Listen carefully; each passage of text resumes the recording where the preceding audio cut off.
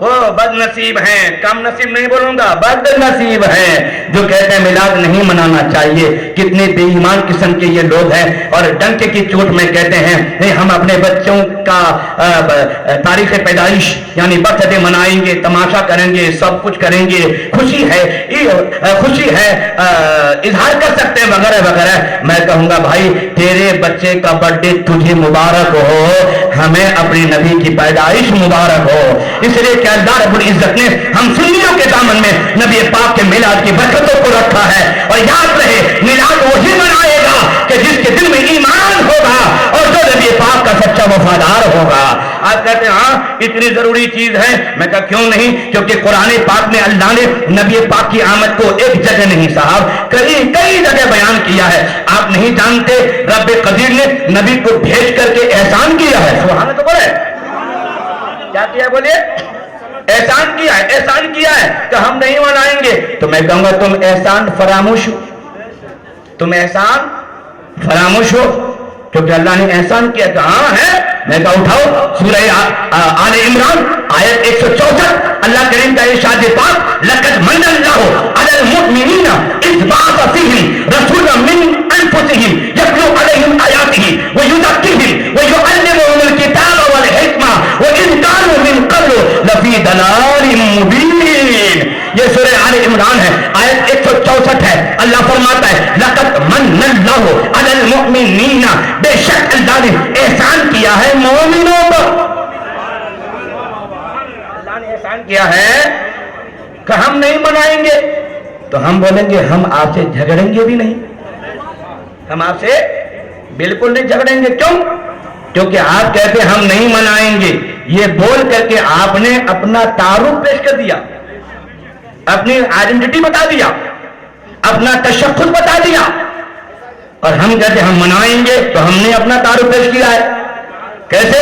کہ اللہ نے مومنوں پر احسان کیا ہے. آگے پر گائے کو حلال کر کے احسان کیا ہے, بکری کو حلال کر کے اے مسلمانوں آج سے تمہارے لیے گائے کا گوشت حلال, بکری کا گوشت حلال, اس لیے میں تم پر احسان کر رہا ہوں. تحقیق کے اللہ نے مومنوں پر احسان کیا ہے. مولا کس بات کا احسان؟ رب ارشاد فرماتا ہے اذ بعث فیہم رسولا من انفسہم, کیونکہ تم ہی میں سے اس پروردگار نے اپنے رسول کو بھیج دیا ہے. تو رب نے اپنے نبی کو بھیج کر کے جن لوگوں پر احسان جتلایا ہے وہی لوگ احسان مندی کے طور پر نبی کے میلاد کا جلسہ کیا کرتے ہیں. کہتے میں نہیں میلاد مناؤں گا, تو میں کہوں گا میں بھی آپ سے نہیں جھگڑوں گا, کیونکہ آپ نے اپنا پتہ بتایا ہے اور میلاد کر کے ہم نے اپنا پتہ بتایا. اب سنیے پھر ایک بات یہ بھی ہے, رب نے قرآن میں ایک نہیں دو نہیں, آپ کی انگلیاں ہاتھوں کی پیروں کی ختم ہو جائیں گی, لیکن اللہ کی نعمتوں کو آپ گن نہیں سکتے. بے شمار نعمتیں دی, لیکن قرآن پاک میں اللہ نے کسی بھی نعمت کو دینے کے بعد احسان نہیں جتلایا, احسان نہیں جتلایا. اور جب اپنے نبی کو, اپنے خاص حبیب کو لوگوں میں بھیجا تو لوگوں پر احسان جتایا. سبحان اللہ بھائی, پروردگار کیا وجہ ہے؟ بے شمار نعمتوں کا تذکرہ قرآن میں, تو نے کسی نعمت پر احسان نہیں کیا, اور جب حبیب کو بھیجا تو احسان جتلا دیا. مفتی احمد یار خان نعیمی دیگر کتب تفاسیر کا حوالہ سے لکھتے ہیں کہ جتنی بھی دیگر نعمتیں ہیں وہ نعمتیں وقتی ہیں, لمیٹیڈ ہیں, وقتی ہیں, کبھی نہ کبھی ختم ہو جائیں گی, کبھی نہ کبھی ختم ہو جائیں گی. لیکن آمد مصطفیٰ وقتی لمیٹیڈ نہیں. سبحان اللہ بولیے. یہ ایسی نعمت ہے کہ قیامت تک نبی پاک کی آمد کا چرچا, آمد کا صدقہ, آمد کی برکتیں, آمد کی نعمتیں امت کو ملتی رہے گی. اس لیے رب نے اس نعمت پر احسان جتایا. یہ نعمت ختم ہونے والی نہیں ہے, قیامت تک یہ رحمت مسلمانوں کو ملتی رہے گی. سبحان اللہ بولے. اس لیے اللہ نے اس نعمت پر احسان جتایا ہے. کہا اچھا تو پھر ہم بھی تو مسلمان ہیں صاحب, پھر ہم پھر کیوں نہیں مناتے؟ تو میں کہوں گا سنیے, آپ اس لیے نہیں مناتے ہیں, قرآن میں ہے, قرآن میں اللہ نے بیان کیا ہے. کیا قرآن میں ہے؟ بالکل, سورہ سبا پارہ 22 اور آیت 28. سبحان اللہ بھائی, سورہ سبا پارہ 22 آیت 28. رب ارشاد فرماتا ہے وما ارسلناک الا کافۃ للناس بشیرا ونذیرا ولکن اکثر الناس لا یعلمون. سبحان اللہ بھائی, یہ کہتے جب اتنی ضروری چیز ہے, اتنا فیمس ہے, اتنا مشہور ہے, تو ہم پھر کیوں نہیں جانتے؟ تو میں کہوں گا اللہ نے اس کو بھی قرآن میں بیان کر دیا ہے. وما ارسلناک, اے حبیب ہم نے آپ کو نہیں بھیجا, الا کافۃ للناس بشیرا ونذیرا, مگر ایسی رسالت دے کر جو رسالت تمام لوگوں کو گھیرنے والی ہے. ولکن اکثر الناس لا یعلمون, لیکن اکثر لوگ اسے جانتے نہیں ہیں. پتہ چل گیا نبی کے میلاد کو جاننے کے لیے خدا کی توفیق ضروری ہے. خدا جس پر توفیق فرماتا ہے وہی نبی پاک کی آمد کو جانتا ہے. قرآن میں نے بیان کر دیا, لیکن اکثر لوگ اسے جانتے نہیں ہیں. اور سنیے, کوئی بھی آدمی اگر کہتا میں میلاد نہیں مناتا, تو میں نے آپ کو بتایا کہ اس نے اپنا ایک تعارف پیش کر دیا کہ وہ مومن نہیں ہے, اور ایک اور تعارف پیش کر رہا ہے وہ کہ وہ مومن تو دور کی بات, وہ انسان بھی نہیں ہے. وہ انسان بھی, اے مولانا آپ اتنی اونچی اونچی بات کر رہے ہیں, اتنی بڑی بڑی بات کر رہے ہیں آپ, میلاد نہیں منائے گا تو انسان بھی نہیں رہے گا. میں کہا بے شک قرآن میں ہے. سبحان اللہ ہے, قرآن میں ہے. کہا کیسے؟ میں کہوں گا اٹھائیے آپ سورہ نساء آیت نمبر 174, بچن کے بولے سبحان اللہ. سورہ نساء آیت نمبر 174, اللہ کریم کا ارشاد پاک ہے. وہ آیت کیا ہے؟ درود پڑھیے, اللہم صلی علی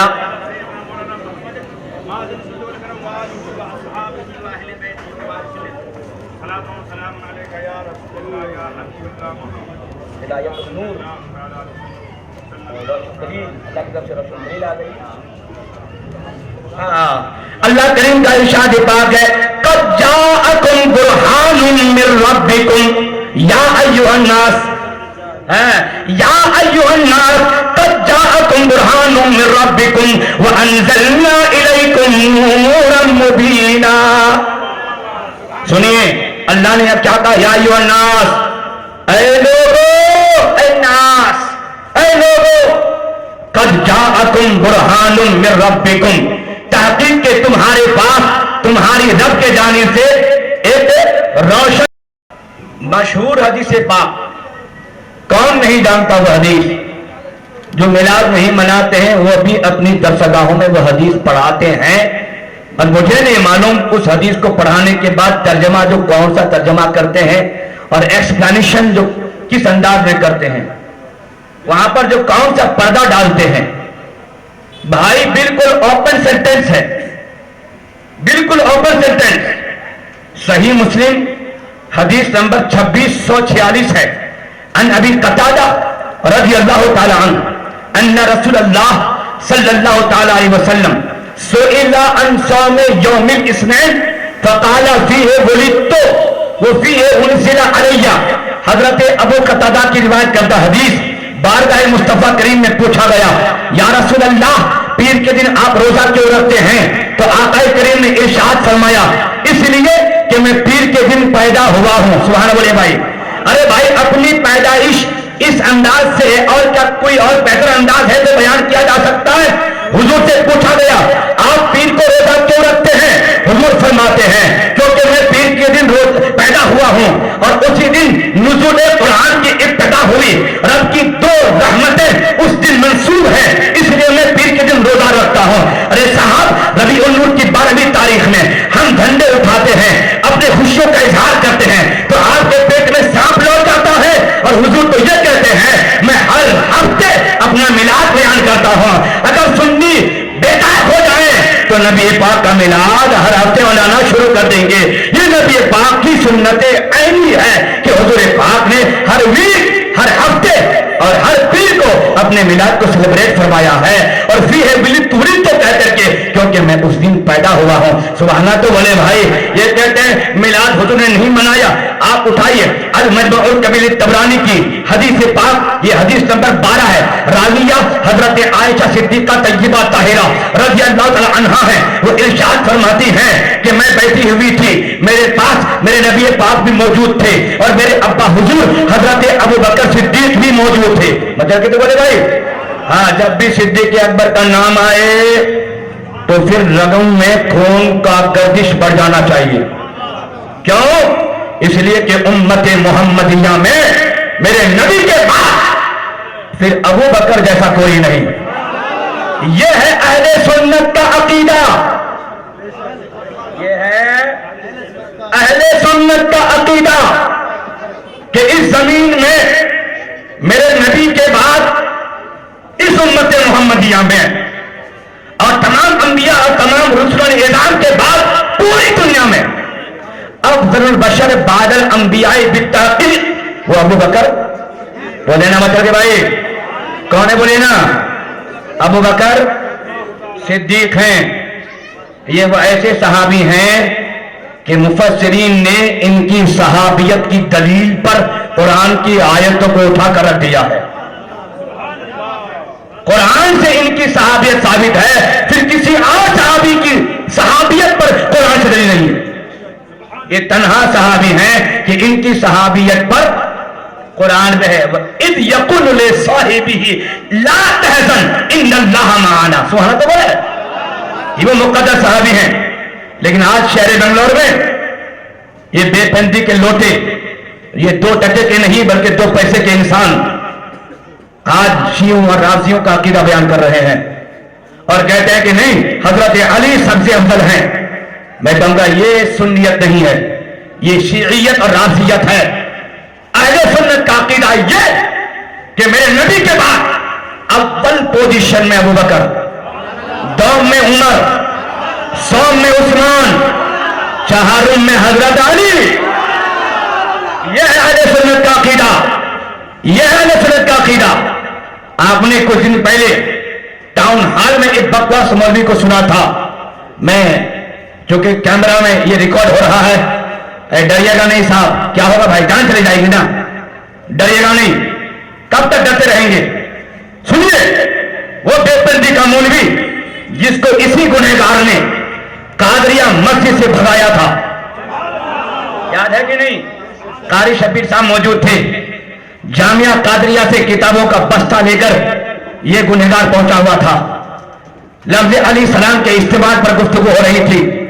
ہمارا کہنا یہ ہے کہ نبی کو چھوڑ کر، انبیاء کو چھوڑ کر، فرشتوں کو چھوڑ کر علیہ السلام کا استعمال غیر نبی کے لیے نہیں کر سکتے.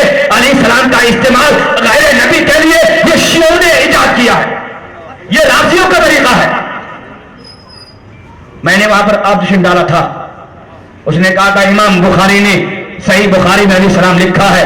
میں نے چیلنج کیا تھا کہ مولانا الحمدللہ اس گنہگار نے بچوں کو پوری بخاری پڑھائی ہے. آپ سمجھ سکتے ہیں کہ نہیں یہ پھینک رہے ہیں، پوری بخاری کی پڑھائی ہوتی نہیں ہے. اشرفیہ میں 200 صفحہ، ششمائی اول میں 200 صفحہ، ششمائی دوم میں ملا کر کے 400 صفحہ، اور یہاں پر 1142 صفحہ یا 50 صفحات ہیں. تو میں آپ کو بتا دوں، لودھی شریف گجرات میں ایک مدرسہ ہے دارالفیض اکبری، وہاں پر یہ گنہگار شیخ الحدیث کے منصب پر تھا. 1 سال ہی تعلیم دیا وہاں پر، اور وہاں پر رہ کر پوری بخاری دونوں جلد سال بھر میں بچوں کو پڑھایا ہے. الحمدللہ الحمدللہ. مجھے ہمت تھی، کیوں نہ ہو بھائی، میں رضا والا ہوں. سبحان اللہ بھائی، میں رضا والا ہوں. اور رضا والا نہتا بھی ہوتا ہے تو ہتھیار نہیں ڈالتا، جگر کا ٹکڑا پیش کر دیتا ہے دین کے لیے. ہمت ہے کہا کہ صاحب تم جھوٹ بولتے ہو، بخاری میں کہیں ایسا نہیں ہے. 3 حدیث نقل کر کے لے کے آیا تھا. دوسرے دن اس کے تھیسس پر، اس کے مقالے پر میں نے ریسرچ کیا، تینوں حدیث بخاری میں نہیں ملی. تینوں حدیث بخاری میں